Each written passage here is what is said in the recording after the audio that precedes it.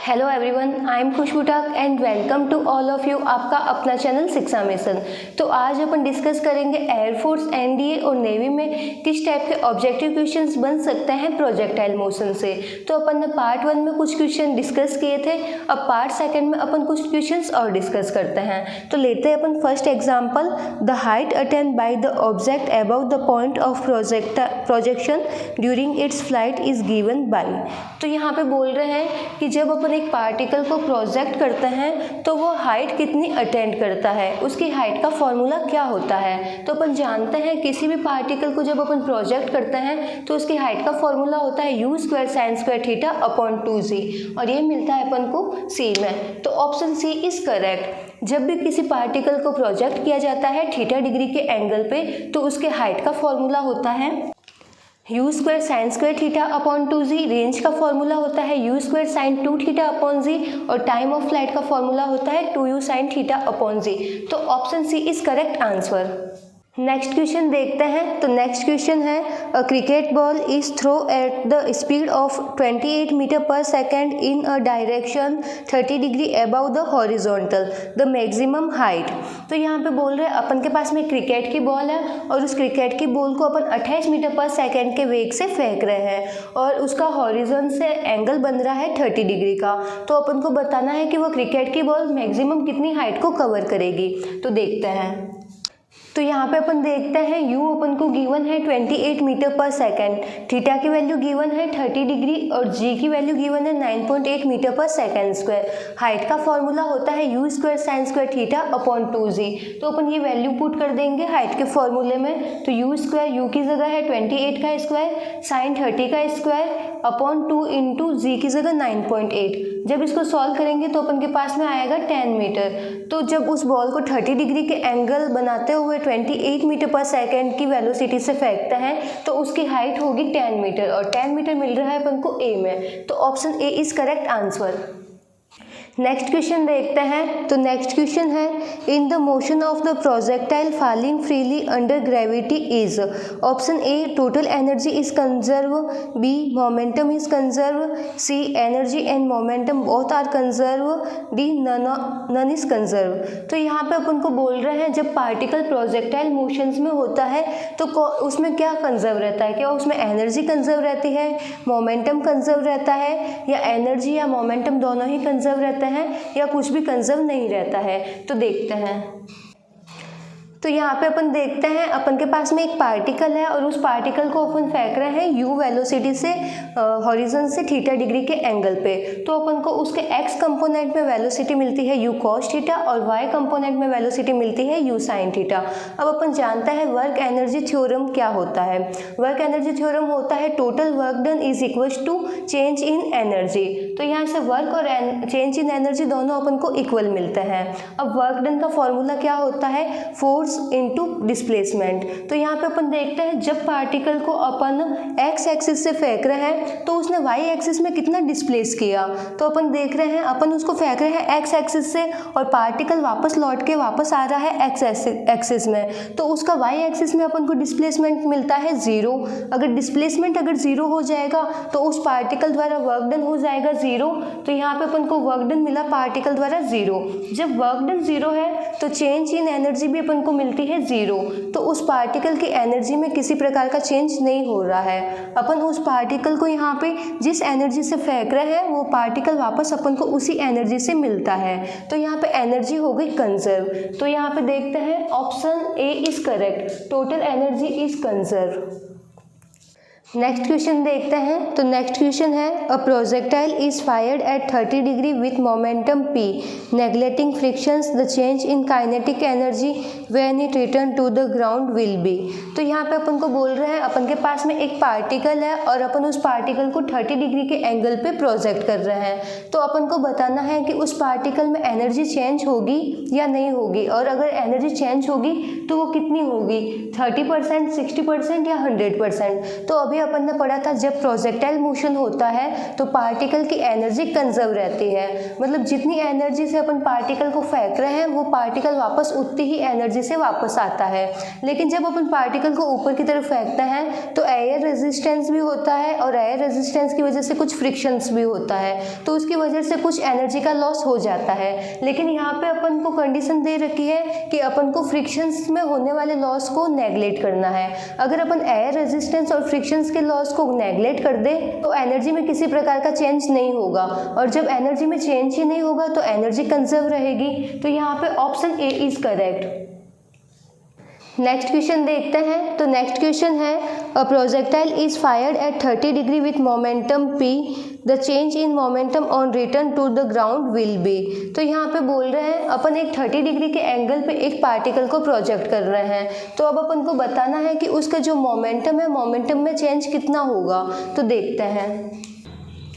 तो यहाँ पे अपन देखते हैं एक पार्टिकल को अपन थीटा डिग्री के एंगल पर जब अपन उसको प्रोजेक्ट करते हैं तो उसका कुछ पैराबोलिक पाथ बनता है, और पार्टिकल की कुछ ना कुछ वेलोसिटी होती है। अब पार्टिकल है तो पार्टिकल का मास भी होगा, और पार्टिकल को अपन कुछ वेलोसिटी से अपन उसको प्रोजेक्ट कर रहे हैं तो उसका मोमेंटम भी होगा। मोमेंटम क्या होता है? p is equal to mv। m particle का कुछ मास भी है और उसकी वेलोसिटी भी है, तो पार्टिकल का मोमेंटम भी होगा। तो यहाँ पे अपन देखते हैं इनिशियल कंडीशंस में उसका अपन को मोमेंटम कितना मिलता है। तो अपन देखते हैं हॉरिजॉन्टल से वो थीटा डिग्री पे है, तो यहाँ पे उसका मोमेंटम का अपन दोनों कंपोनेंट लेंगे। एक कंपोनेंट होगा उसका x डायरेक्शन में और एक कंपोनेंट होगा उसका y डायरेक्शन में। तो अपन देखते हैं पार्टिकल का हॉरिजॉन्टल डायरेक्शन में अपन को कंपोनेंट मिलता है p cos थीटा, और वर्टिकल डायरेक्शन में अपन को कंपोनेंट मिलता है p sin थीटा। अब अपन देखते हैं पार्टिकल जब भी प्रोजेक्टाइल मोशन में होता है तो उसकी हॉरिजॉन्टल वेलोसिटी होती है वो होती है कांस्टेंट, क्योंकि अपन के हॉरिजॉन्टल डायरेक्शन में उस पार्टिकल पे एक्सेलरेशंस नहीं लगता, और एक्सेलरेशंस नहीं लगने की वजह से उसकी वेलोसिटी होती है कांस्टेंट। तो इसी वजह से उस पार्टिकल का हॉरिजॉन्टल कंपोनेंट होगा मोमेंटम का, वो भी होगा कांस्टेंट। तो यहाँ पे p cos थीटा हमेशा होगा कांस्टेंट, लेकिन p sin थीटा है ये हमेशा करेगा वेरी, क्योंकि ये है वर्टिकल डायरेक्शन में, और वर्टिकल डायरेक्शन में ग्रेविटी लगती है, और ग्रेविटी की वजह से वेलोसिटी भी चेंज होगी। वेलोसिटी चेंज होगी तो मोमेंटम होगा। तो अपन देखते हैं वर्टिकल डायरेक्शन में अपन को मोमेंटम चेंज मिलता है, लेकिन हॉरिजॉन्टल डायरेक्शन में अपन को मोमेंटम कंजर्व मिलता है, मोमेंटम चेंज नहीं होता। फिर देखते हैं अपन x डायरेक्शन में अपन को मिला p cos थीटा और y डायरेक्शन में मिला p sin थीटा। अब मोमेंटम है वेक्टर क्वांटिटी, तो अपन इसको वेक्टर के रूप में लिखेंगे। तो p vector is equal to p x i cap plus p y j cap. x side में अपन को मिल रहा है p cos theta i cap, y direction में अपन को मिल रहा है p sin theta j cap. तो यहाँ पे अपन ने मोमेंटम को वेक्टर के फॉर्म में लिख दिया। फिर देखते हैं जब पार्टिकल वापस नीचे की तरफ आता है, डाउनवर्ड आता है, तब उस टाइम भी उसका कुछ ना कुछ मोमेंटम होगा। तो यहाँ पे अपन देखते हैं पार्टिकल वापस आ रहा है नीचे और वो हॉरिजॉन्टल से बना रहा है थीटा डिग्री का एंगल, तो अपन इस कंडीशन पे उसका मोमेंटम देखते हैं। तो इसका होगा horizontal component p cos theta और इसका वर्टिकल कंपोनेंट हो जाएगा p sin थीटा। लेकिन अब देखते हैं अपन इसकी डायरेक्शन एकदम हो गई ऑपोजिट। जब ये अपवर्ड डायरेक्शन में था तो अपन को p sin थीटा मिल रहा था ऊपर की तरफ, लेकिन जब ये डाउनवर्ड मोशन में है तो अपन को p sin थीटा मिल रहा है नीचे की तरफ। तो ये हो गई y डायरेक्शन। उस फर्स्ट कंडीशन में अपन को मिल रहा था प्लस y डायरेक्शन में, लेकिन अपन को सेकंड कंडीशन में वर्टिकल कंपोनेंट मिल रहा है माइनस डायरेक्शन में। तो इसको भी अपन वेक्टर फॉर्म में लिखते हैं p final is equal to p x i cap. अब यहाँ पे अपन देखते हैं डायरेक्शन है नीचे की तरफ, तो यहाँ पे अपन लिखेंगे minus p y j cap. x की वैल्यू आ गई p cos थीटा और y की वैल्यू आ गई p sin थीटा। तो जब अपन को पार्टिकल फाइनल कंडीशन में होता है तो उसका अपन को मोमेंटम मिलता है p cos theta i cap minus p sin theta j cap. अब देखते हैं अपन मोमेंटम में कितना चेंज हुआ। तो पहले जब पार्टिकल वापस फाइनल पोजीशंस पे आता है तब उसका कितना मोमेंटम होता है, और इनिशियल पोजीशंस पे था तब उसका कितना मोमेंटम था। तो final position minus initial position करेंगे तो अपन को चेंज इन मोमेंटम मिल जाएगा। तो del p is equal to p final minus p initial. p final की वैल्यू यहाँ से पुट करेंगे और p इनिशियल की वैल्यू अपन यहाँ से पुट करेंगे। तो जब इसको कैंसिल आउट करेंगे तो अपन के पास चेंज इन मोमेंटम मिलेगा minus 2p sin theta j cap, और जब अपन इसका मैग्नीट्यूड लेंगे तो अपन को मिलेगा 2p sin थीटा। तो अपन देखते हैं जो मोमेंटम होता है हॉरिजॉन्टल डायरेक्शन में मोमेंटम हमेशा कंजर्व रहता है, लेकिन वर्टिकल डायरेक्शन में मोमेंटम में चेंज होता है और वो होता है 2p साइन थीटा के बराबर। अब यहाँ पे अपन को थीटा की वैल्यू दे रखी है 30 डिग्री।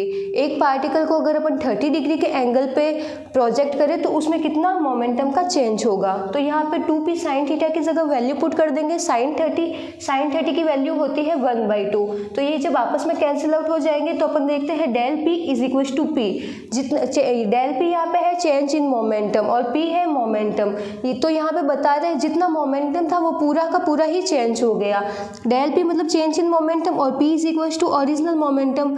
तो जितना मोमेंटम था वो पूरा ही पूरा चेंज हो गया। तो डेल p अपॉन p, और अब अपन को निकालना है परसेंटेज के फॉर्म में। तो यहाँ अपन 100 से इसको मल्टीप्लाई करेंगे तो अपन को मिलेगा 100%। जितना मोमेंटम था वो पूरा ही चेंज हो गया जब अपन ने पार्टिकल को 30 डिग्री के एंगल पे प्रोजेक्ट किया। तो option D is correct. Next question देखते हैं। तो नेक्स्ट क्वेश्चन है a projectile is fired with initial velocity u at some angle theta has a range r if the initial velocity is double at the same angle of projections then the range will be. तो यहाँ पे अपन को बोल रहे हैं अपन एक किसी particle को प्रोजेक्ट कर रहे हैं थीटा डिग्री के एंगल पे, तो उसकी अपन को रेंज मिल रही है r। अब अपन को क्वेश्चन बोल रहा है अगर अपन अब उस पार्टिकल की जो वेलोसिटी है अगर उस वेलोसिटी को डबल कर दे तो अब अपन को रेंज कितनी मिलेगी। तो देखते हैं। तो यहाँ पे अपन देख रहे हैं एक पार्टिकल को अपन थीटा डिग्री पे u वेलोसिटी से प्रोजेक्ट कर रहे हैं। तो अपन देखते हैं उसकी अपन को रेंज मिलती है r और r का फॉर्मूला होता है u² sin 2 theta upon g। अपन को क्वेश्चन में दे रखा है कि नेक्स्ट कंडीशन में अपन पार्टिकल की जो वेलोसिटी है उसको कर देते हैं डबल, लेकिन जो प्रोजेक्शन का एंगल है उसी को रखते हैं सेम। तो रेंज का फॉर्मूला होता है u² sin 2 theta upon g। तो अपन ने यहाँ पे वेलोसिटी को कर दिया है डबल, जबकि एंगल है प्रोजेक्शन का एंगल अपन ने रखा है सेम, और जो ग्रेविटेशनल एक्सेलरेशन है वो भी पार्टिकल पे बराबर लगता है तो ये भी है सेम। तो यहाँ पे अपन देख रहे हैं रेंज है वो डायरेक्टली डिपेंड कर रही है u² पे, क्योंकि जो वेलोसिटी है वेलोसिटी ही चेंज हो रही है, प्रोजेक्शन एंगल सेम है और ग्रेविटेशनल एक्सेलरेशन ये सेम है। तो अपन सिर्फ देखते हैं रेंज डायरेक्टली प्रोपोर्शनल है u² के। सेकेंड कंडीशन दे रखी है अगर अपन पार्टिकल की वेलोसिटी को डबल कर देंगे तो अपन के पास में रेंज क्या होगी। तो u की जगह अपन पुट करेंगे 2u, 2 का जब स्क्वायर करेंगे तो अपन के पास मिलेगा 4। तो जो अब रेंज मिली अपन को न्यू रेंज वो पहले वाली रेंज की 4 टाइम्स हो गई। तो जब अपन पार्टिकल की वेलोसिटी को डबल कर देते हैं तो उसकी रेंज अपन को पहले की रेंज की 4 टाइम्स मिलती है, और ये मिलता है अपन को डी में। तो option D is correct answer. Next question देखते हैं। तो नेक्स्ट क्वेश्चन है if the initial velocity of the projections B doubled keeping the angle of projection same the maximum height reach by it will. तो यहाँ पे अपन को बोल रहे हैं अगर अपन इनिशियल वेलोसिटी को अगर डबल कर दे और प्रोजेक्शन एंगल को सेम रखें तो हाइट पे क्या इफेक्ट होगा।